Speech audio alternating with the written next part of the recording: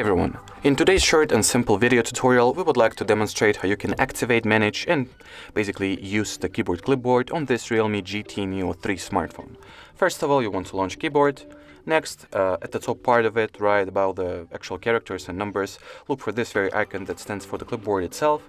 At the clipboard, just turn on the switch so the clipboard will be, well, respectively activated. Next, if you want to get rid of some of the elements you have over here, tap on the pencil, choose what elements you would like to remove, and then select the trash bin.